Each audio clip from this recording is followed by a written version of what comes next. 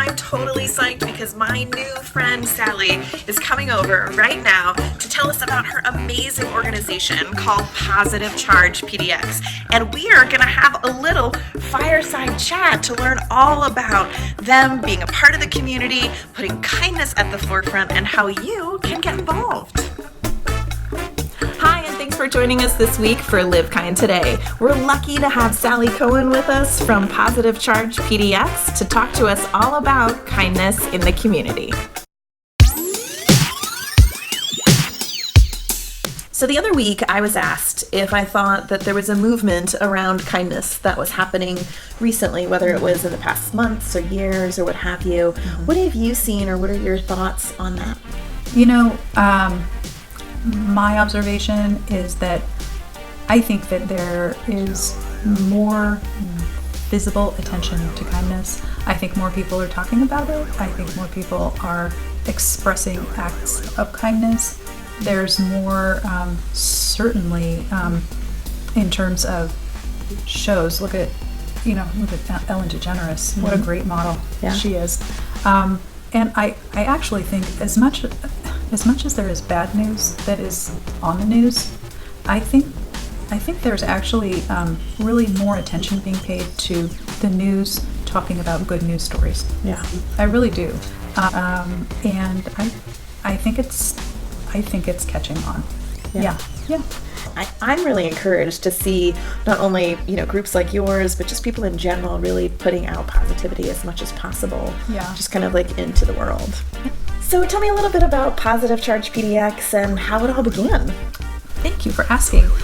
We, in around the fall of 2016, there seemed to be an increase in bad news, bad behavior around the community, around the country, and it just became pretty disturbing and overwhelming. So I threw a Facebook post out there and I said, is anybody interested in starting a page? Just start doing good things, and let's see if we can just create good news, share good news, do good things, and see if we can just counteract this bad stuff that everyone's reading and everyone's sharing. In a nutshell, 2 words: we amplify kindness. So what are some of those activities and things that people can get involved with at a high level? So we have basically 3 types of categories of the projects and events that we do. Giving time, so we will just basically volunteer to do things in the community. We will also do collections for different, various causes. And we will also, a really popular one is to create kindness through art. A lot of people like to do arts and crafts, and we do a lot of events and projects in that way. We create the different things that we do on our own, but we also work with many different organizations, both locally and outside of Portland.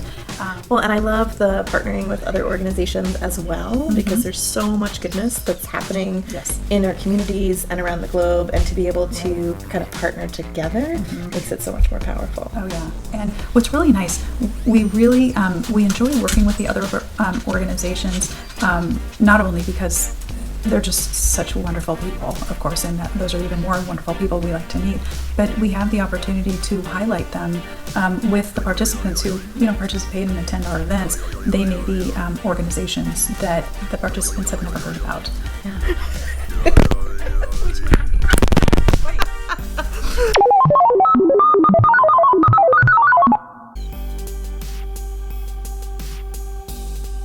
So you talked a lot about art and collection and time as ways that you guys really come forward in the community. So what are some examples of things that you've done or that you're planning to do? Oh, I love every project that we do. I'll give you a couple examples of time. So ways that people give time.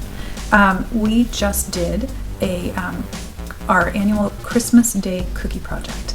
And that is when people bake or buy cookies and they show up, and we have this huge assembly line. And they're putting the cookies together on the plates, and then they send them down, and the next group is packaging them up with beautiful cellophane and ribbon and everything, and then they send them down to the next group, and the next group is very important. They're making these beautiful handmade thank you cards, and each card is attached to each plate of cookies. Just gorgeous. And then we stack them up.